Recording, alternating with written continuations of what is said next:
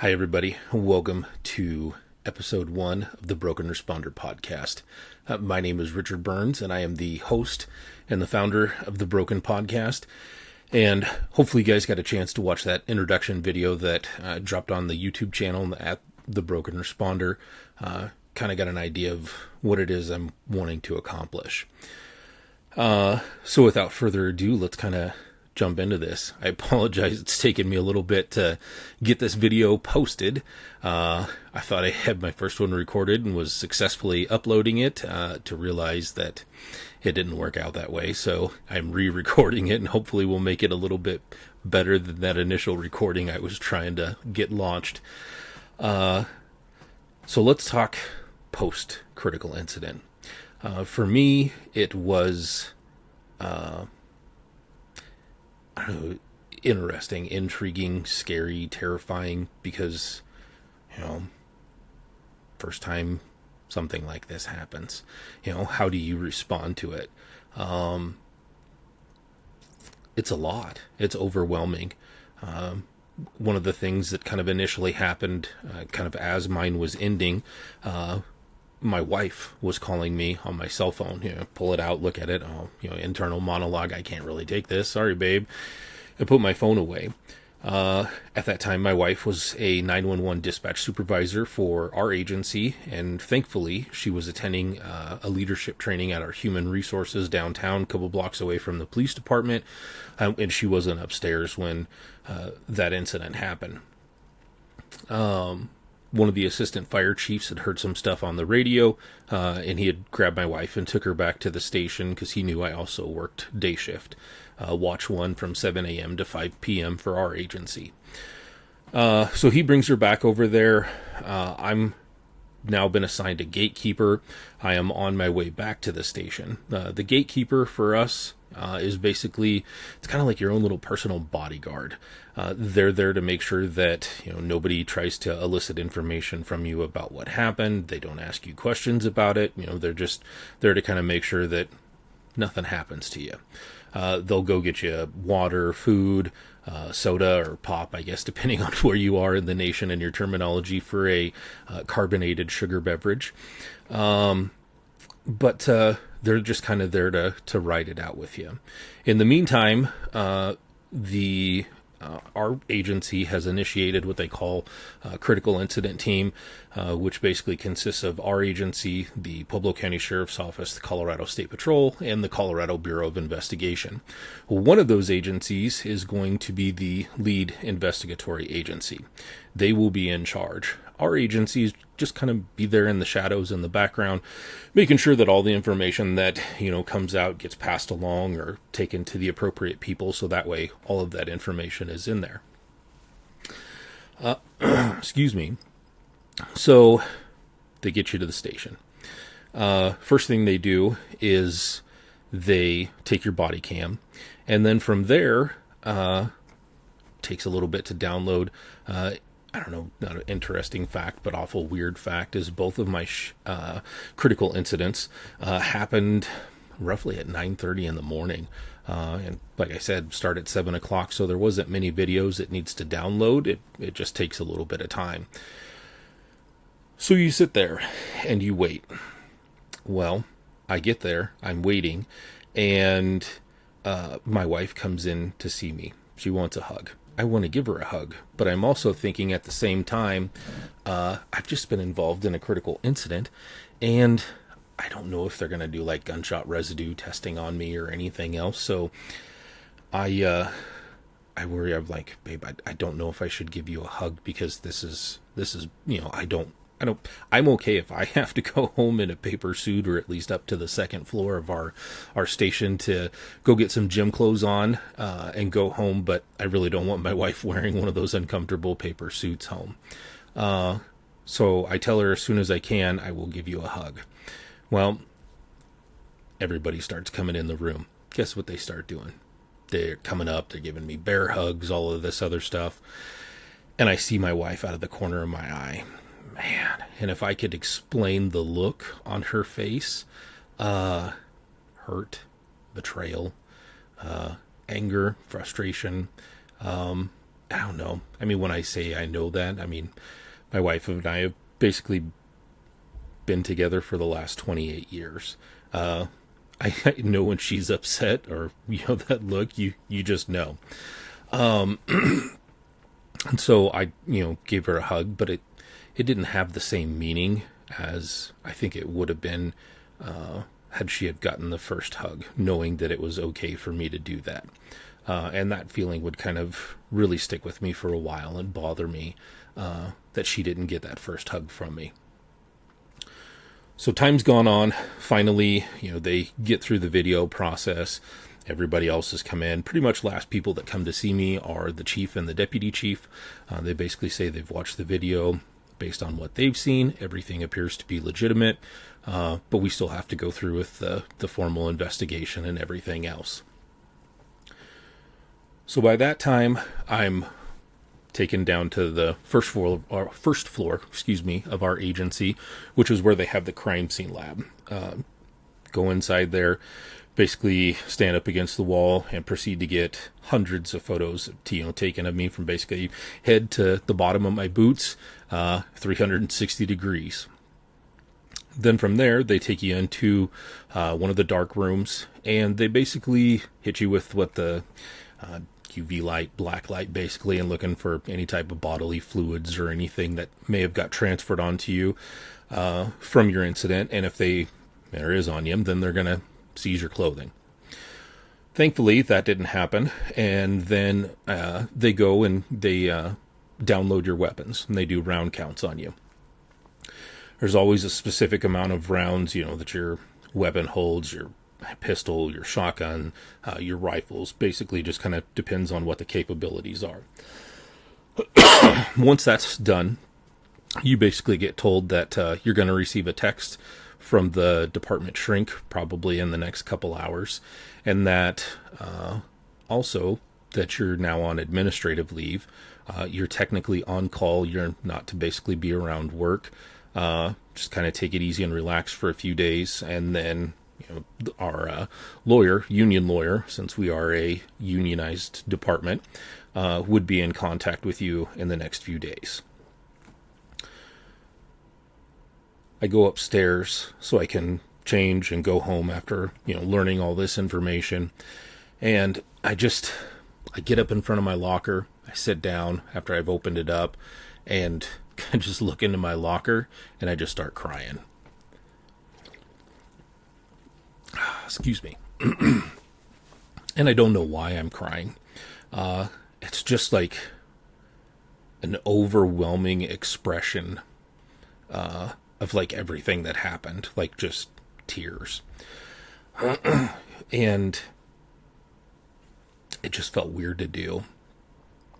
Overwhelming of all the circumstances that had happened that day. Get changed, go home. My wife and I ride home together. We leave her car at work, get home, take it easy. I basically vegged on the couch as soon as I got home, fired up the Xbox, and just played video games. Anything that would be mind-numbing to try and take my mind off the event that had happened that day. By about 9 o'clock that evening, I just hit the wall. And that wall was kind of like adrenaline, everything, whatever it was, had finally gone through my system. And I looked at my wife and I said, I'm going to bed. I'm ready to go to sleep. So I went to bed. The problem that I had, though, was as soon as I started to get into that deep, restful sleep where you dream, all I did was relive my incident over and over and over. And it wasn't just bits and pieces. It was from the beginning to the end. And then it would start again, just like I was there that morning, earlier that day. And it just kept going. And there wasn't anything I could do to stop it other than not sleep. So I start dealing with some sleep issues because I'm not wanting to sleep because all I'm doing is reliving everything. So from there, my 3 days has gone up, get a call from the union lawyer. I previously received a text from the department the department shrink, we'll call them. Everybody understands that lingo, hopefully. If not, it's basically a psychiatrist or psychologist that checks on you, but we just call them the department shrink. So I'd received the text, please don't drink, please don't make any big decisions, just take it easy and relax. And after a few days, you would get basically a time to go up and talk to the department shrink. Have my meeting with the union lawyer after my 96 hours in roughly. Sit down, watch the video. We basically go through everything, talk about all the points, whatever in the video that we're going to get questions on, and that basically, if you want, they will read you your Miranda rights, but I am there as, your representative. And I'm telling you right now, it would be in your best interest just to waive the Miranda rights, because if we don't waive it, then they come in and, Garrity and everything else comes into effect, and the tone of the interview completely changes, and it's a lot more hostile than just having a normal conversation kind of back and forth. So we get to the interview, third floor of our agency, one that we call the war room. It's basically a big conference table, TVs everywhere. Serious stuff has gone down if this room is basically activated and everything is turned on. It's one of my union representatives is in there, my union lawyer, and me on one side of the table. On the other side of the table is two detectives from the sheriff's office. And we basically go through the incident from start to finish. Normally these interviews, roughly 2, 3, 4 hours, just I guess depends on the complexity of the situation. But that interview is like you are so nervous, shaking, sweating, like sweaty palms, because it's an interview for your life. Either you're going to found to be legal and justified, or, they're going to recommend criminal charges on you. So it is very nerve-wracking, and I don't think it's any different than what I think anybody else would feel in that same situation.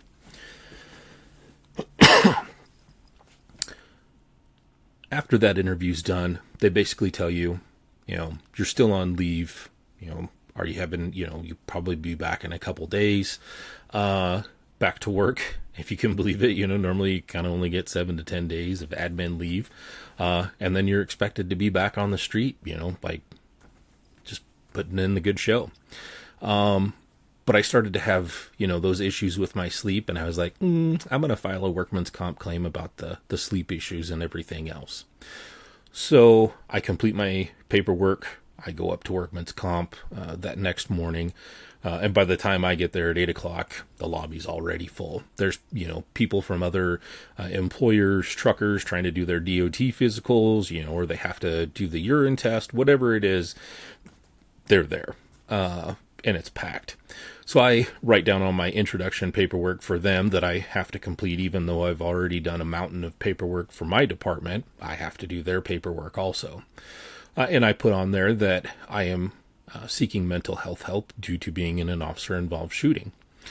And I passed the paperwork over, and I'll never forget the feeling of having my HIPAA violated, because the receptionist, clerk, I guess whichever you want to call her, looks at my paperwork. She looks at me, and no inside voice, no whispers, nothing. Just like old lady speakerphone at Walmart and the whole place knows, says out loud, "You were in a shooting? When was this? I didn't hear anything about this. Oh my God, did you kill somebody?" And it's loud. So now I have the entire lobby of like 20 plus people staring at me, because I've just had my business aired to an entire room. And I don't know if you've ever seen the little cartoon movie Inside Out, the little red guy has just head explodes every time he gets mad. My little red guy pretty much did that. And I've never wanted to grab another person by their uniform, scrubs, yank them across the counter, and proceed to beat their ass. Thankfully, I had a little bit of restraint, And I don't know that I can necessarily say the humility, but I kept my mouth shut.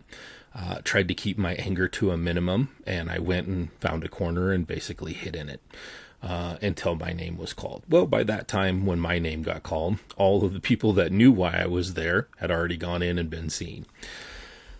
I tell them, when I get back to the room, I complain about what had happened to me in the reception area, and the technician was like, well, you have to talk to the nurse practitioner or the doctor, whoever it is that comes in to talk to you. So I explained that to the nurse practitioner, and basically, get given some medications, like prescribed trazodone, and I think a couple other pills to try and help me relax and be able to sleep and stay asleep at night. So they tell me they want me to come back in a couple days, and I go back a couple days later, and guess who's there? That same receptionist. It took everything in me not to lose it again. Get back to the room, and I proceed to tell the new doctor why I'm so angry because of the receptionist from a couple days previously. Well, come to find out, even though I said something, nothing ever got passed along to the office manager or anybody else, so they had no idea what I was talking about. Well, then, they send in everybody else, the house, manager or whatever to talk to, and then they say they'll take care of it. I don't know. I can tell you, though, she's still there because by the time my second incident happened, she was still there. But back to the incident. So I've started taking medications to help me sleep. Doesn't always work, but it's getting better. My sleep is getting better. I still have to see the department shrink, and I still have to get cleared by that doctor to end up going back to work. Still kind of having some struggles with it, but in talking to mental health professionals, I will say from personal experience, it takes several sessions for you to know if you can be comfortable with that therapist or doctor, because therapists don't always have to have a doctorate. They can have their master's, and they're just as great. But it takes several sessions to know if you can truly open up to this person. Just because, like, the conversations you have, the kind of feelings that are out there, you can truly sense if this person is going to work for you or not. And by all means, one of the things that I have learned now is that I could have got a different provider kind of afterwards. So I am discussing with this doctor, the department shrink, about some of the mental health issues that I am struggling with this incident. And we talk. However, her active listening skills include, how did that make you? Oh, yeah, how did you feel? After everything you say, basically at different times, but that is her, the doctor's active listening style. Not exactly the most fun. By the time I was through with those couple sessions trying to work things out, I had pretty much told myself, we're doing and saying whatever we can do to get out of this, get cleared, and get back to work, because I don't want to talk to this doctor ever again. Like, it's that irritating. Get my clearance, go back to work. Running the streets of Pueblo, man, I tell you what, pushing a patrol car in this town is like no other place before. My previous agency in Nebraska was like Mayberry compared to this. I mean, the stuff that I dealt with there in 5 years that I was employed with the Kearney Police Department, I did more in 10 years here than I ever could have done with that agency in probably 50 years. Just because of the magnitude, the multitude, and the severity of the crime in Pueblo, Colorado. And I think it's just a unique little monster here, as far as being in law enforcement, because you're going to get some experience. And that happened. I got a lot of experience. I went straight back to the streets, and life continued. Except in there were like several critical incidents. I can remember one time we had 3 critical incidents in less than 4 days, and I was involved in 2 of those, and then was off work when the third one happened the first day I was off. So you're a part of all of this stuff. Well, July of 2023 rolls around, and I get a call from the chief secretary that says, "Hey, you need to come up to the office. The chief needs to talk to you." And immediately, I tell you what, you start sweating bullets because you start thinking about, oh man, what did I say on these last few calls or previous calls? Do I have any complaints coming? Could somebody have complained about something? What if I have no idea what he wants? We'll suck it up and we'll go to the chief's office and figure out what's going on. So I get up there, go into the chief's office, sit down in the chair, and he kind of hands this packet of papers over to me, and he says, "Oh man, too bad we can't charge you." And I was like, "What? What are you talking about?" And he hands me this huge packet of papers, and it's my clearance letter, basically. Came in from the district attorney's office 9 months after the fact. Thank you very much. Basically saying that after the investigation was complete, it was ruled to be, legal and justified, and there was not going to be any criminal charges, sought. So that's a huge weight off your chest. But at the same time, this dude tells me that. There were a few choice words that were said in my head and not, externally. Thankfully, I was able to have some humility with myself in that situation. And I don't know if it was a look on my face or something, but he was like, "Oh, you're the only one I can kind of really joke around that with here." No, motherfucker, you can't joke about some shit like that at that time. Like, you just can't joke about that.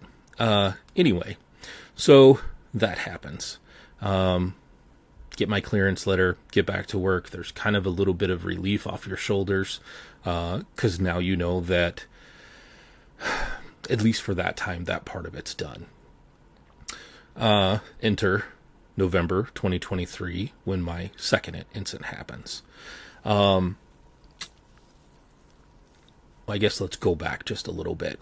So, I take it back. We're going to keep pushing on towards that second incident, because there's some of the things that are going on in my head, but I think I'm playing a little too far along inside my mind. Second incident happens. Man, that one was crazy and overwhelming. And I think one of the things that really messed with me on that one was the fact of what happened at the scene. And it wasn't anything that I did. It was the stuff that the citizens around me said. It was kind of horrifying and shocking that people were thanking me, congratulating me, excited about what had just happened, which I wasn't prepared for. I was prepared for the crowd to turn on me, complaints, riots, however you want to put it. And that didn't happen. So for me, the polar opposite of what I was expecting, like, totally threw me off that day. First thing I did, after kind of everything was safe and clear and I could do it, I went back to my SUV. I grabbed my cell phone and I called my wife. And I'm sorry if I'm gonna...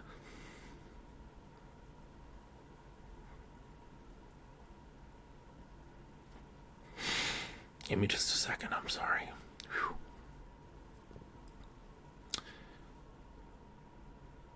She answered, and I said, "Babe, you're not going to believe this. I just had another one." In her voice, you automatically know what's going on in her head. And I told her, I said, "I'm okay, I'm not hurt." And she said she was going to get to the station. I said, "Well, it's the weekend. I don't know how long this thing's going to take. Just give me a little bit, and I'll tell you, when to start coming in." So I get taken back to the station. This time I've got two gatekeepers because those guys were riding together. Back to the station, kind of grab me a Red Bull before we head back to the station, just so I have that, and get back to the station. Well, by the time I get to the station, my wife is there. Thankfully, one of her best friends is the dispatch boss. She's the overall in charge lady, and she didn't even think twice about it. She came over, she grabbed my wife, and she brought her to the station. And I'm very appreciative of that. So the first thing I did is she got the first hug before anybody else did. And I made sure that if I needed to, I dropped my vest and everything else and gave her that hug. And for me, it was... that moment was a relief for me. Because I didn't have to worry about that. She got it, the first one. So as things are going through, my body cam's docked again. I'm waiting. And in comes the chief and a deputy chief. And, kind of sitting there, I don't get up. He comes over and kind of, you get that side hug from him. And he's like, well, if you wanted Thanksgiving off, all you had to do was ask for the time. Inside my head again, thankfully. Motherfucker. Seriously? You think I wanted to fucking have a second one? Let alone a first one. And you're gonna fucking tell me I should be asking for Thanksgiving off. Again, wrong place, wrong time. Definitely wrong situation. Don't get me wrong, man. I do some stupid shit. I've said some stupid shit.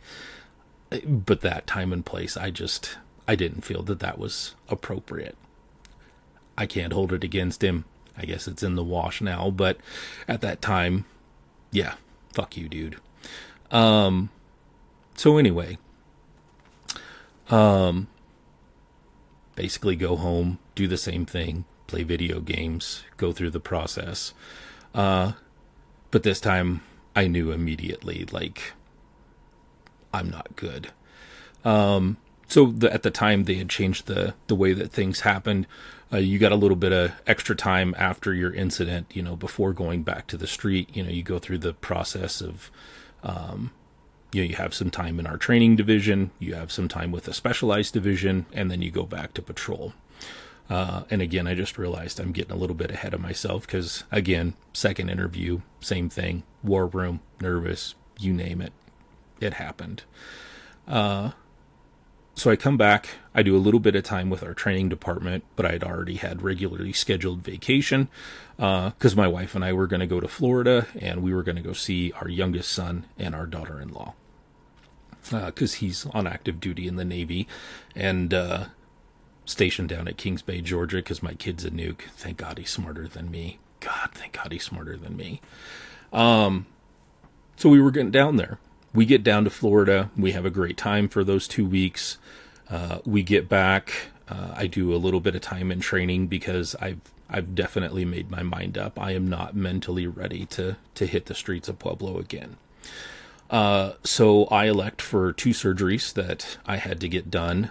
So I had carpal tunnel in my left hand and my left elbow, tennis elbow, taken care of in surgery. And elected to do some light duty time after having, those surgeries done to recover. Hopefully mentally recover.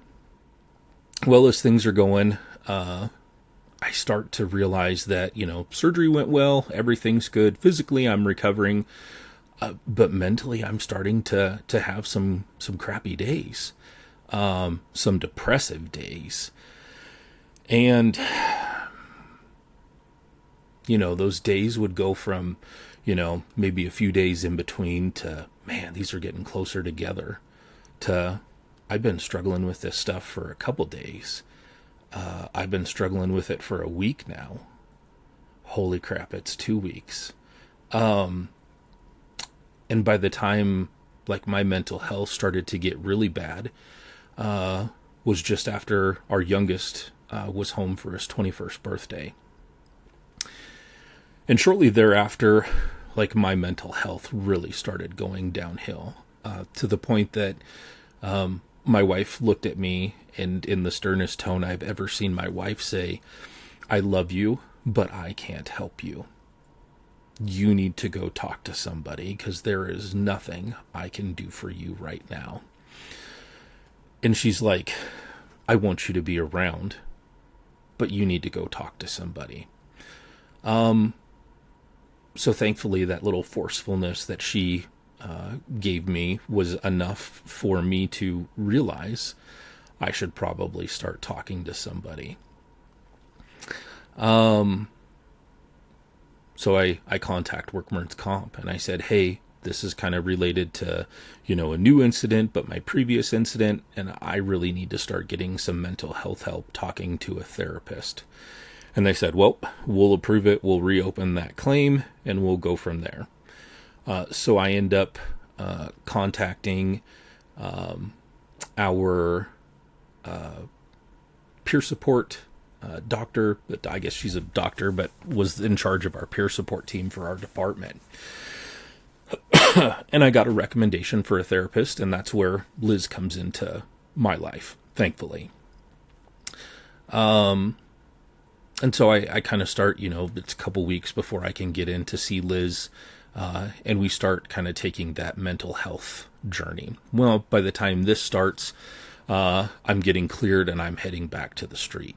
So first day back on the street, first call right out the gate is to recover a stolen vehicle with somebody passed out on it in the middle of the street. A couple other officers and I get there, formulate our plan. Everything's perfect.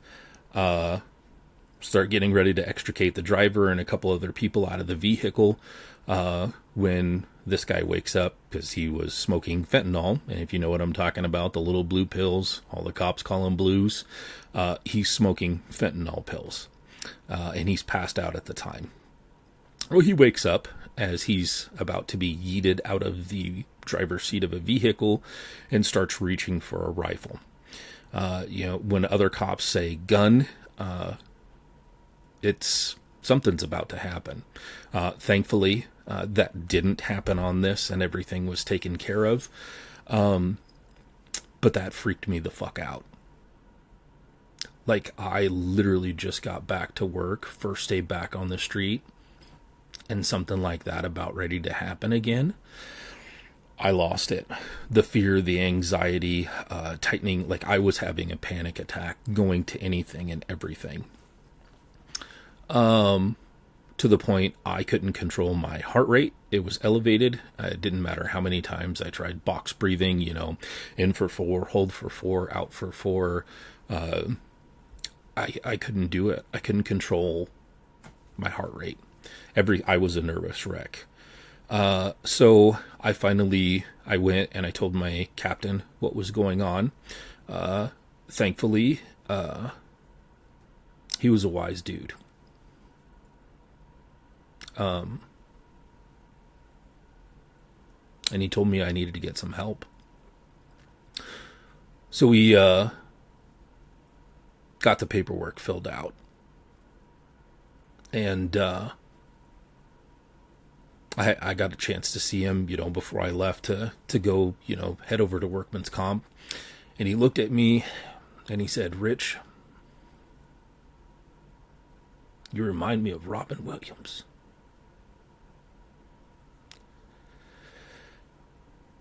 And at first I wasn't tracking.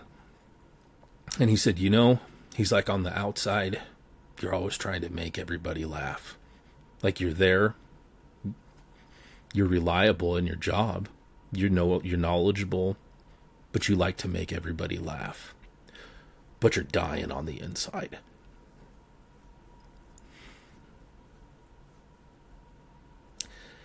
And I don't think up until that point I had ever accurately felt judged. So I continued on with, heading up to Workmen's Comp. I explained to them, because by this time, the sleep stuff was really starting to get to me. I wasn't sleeping much. I was drinking a crap ton of energy drinks to try to power through to stay awake. Dear God, that was the dumbest idea of my life. Because one day I woke up in what I would say the most brutal amount of pain I have ever felt, like I was getting gouged in the back. And that was some of the roughest pain I've ever had. To the point where I told my wife we need to go to the ER. Discover kidney stones. Whoa, terrible idea. No more energy drinks for this guy. But the, other thing that happens is when I go to workman's comp, explain to them about the my internal monologue that I'm hearing that is getting not hostile, and it's not like schizophrenia, but it's your internal monologue. Man, it'd be a great day if we didn't wake up tomorrow. The world would probably be a better place with us. And it's weird. You hear that like so much that you actually start to believe it.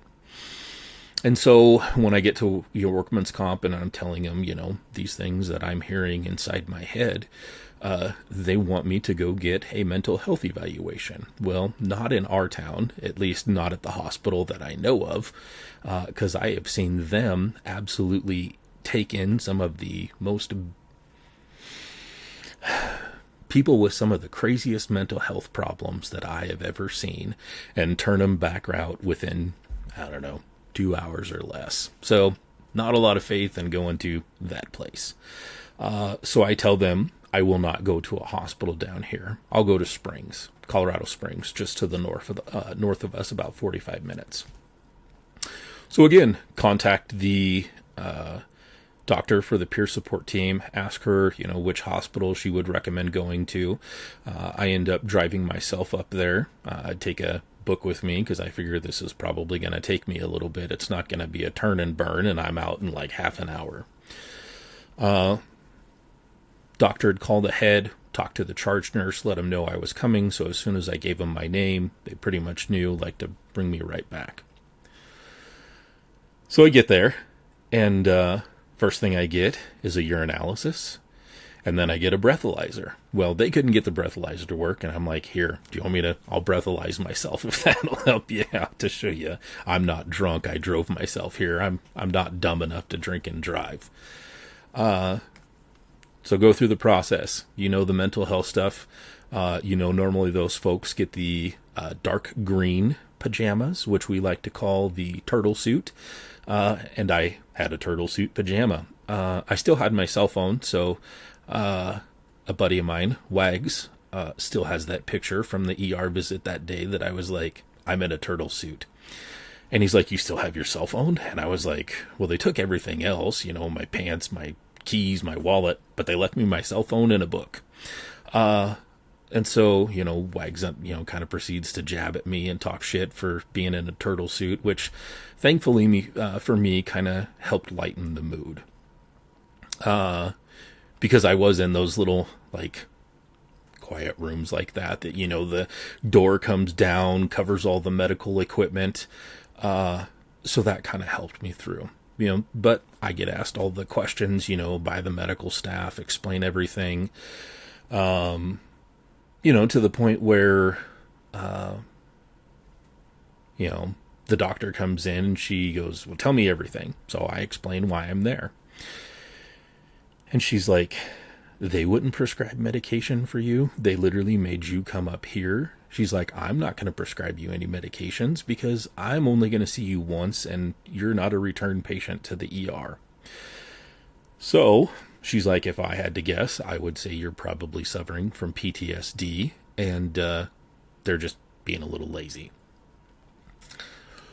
So I go back to workman's comp the next day, go, get that process going, tell them, they're not going to prescribe medications for me. It's going to have to be up to you guys. Well, they don't want to do it.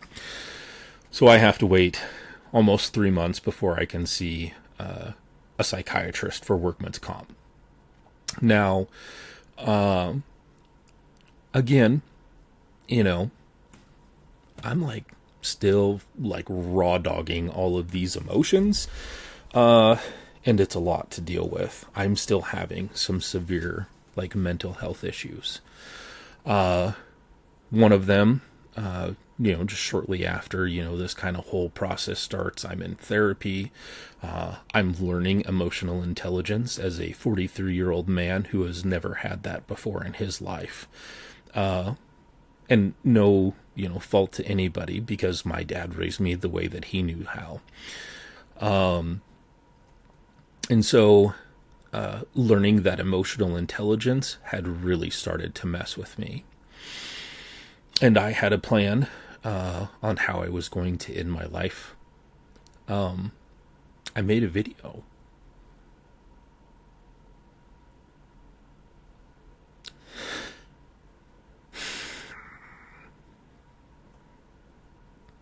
I'm sorry.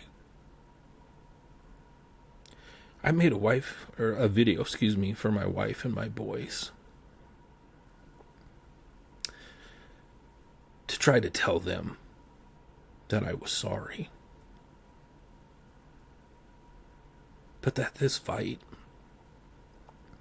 had gone too far, and there wasn't anything at that time I could do to help it.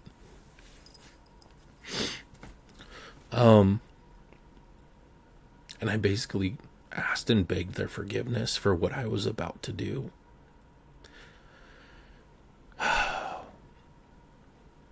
And I'm not saying that I am a deeply religious person. I grew up with religion. I was not a fan of it. And if you know anything about the Jehovah's Witnesses, well, that was my childhood. Thankfully, I was able to break out of that cult, and I don't have to deal with that anymore. But I had lost a lot of faith in religion, in God in general, and just was on an odd path. But I will tell you what, I believe there's some divine intervention that happened that day. And I don't know whether it was the tone of my texts or some calls that, my wife and I had, because by this time now, she's no longer at the police department. She's working in the fire department, helping with budget, payroll, all that stuff.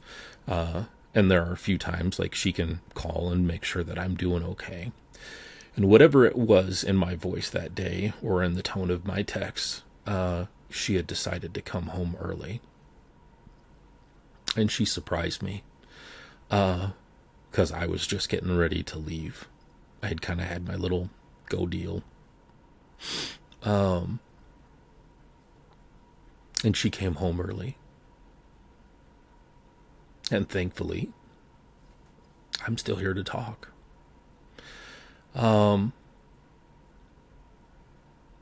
Yeah.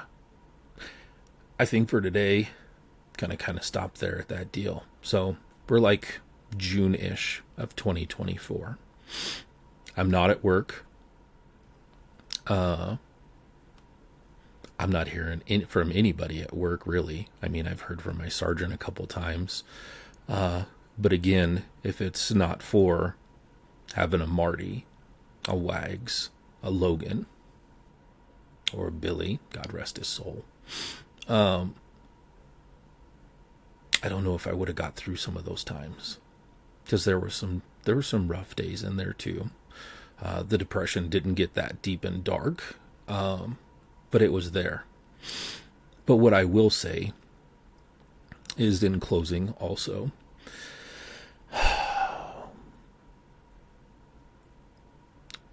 locally,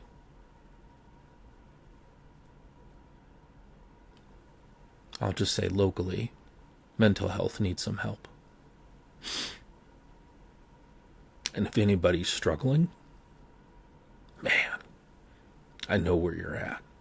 I may not know your situation, but I got a pretty good understanding.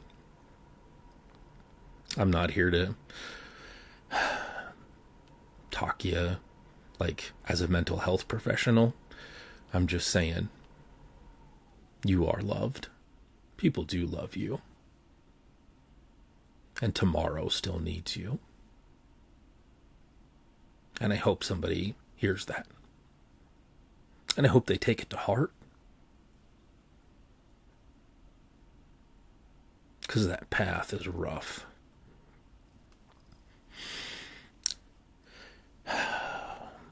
So, thank you for at least watching this far. Please remember, man, if you're struggling, reach out to somebody and hang on, because it gets better than you know. And thank you, Good Charlotte, for that one. Just hold on, man. Hold on. Yeah. So we're going to end this about June 2024-ish, if I remember correctly.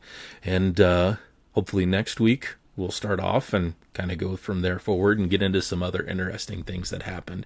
So thank you, guys. I'll see you again.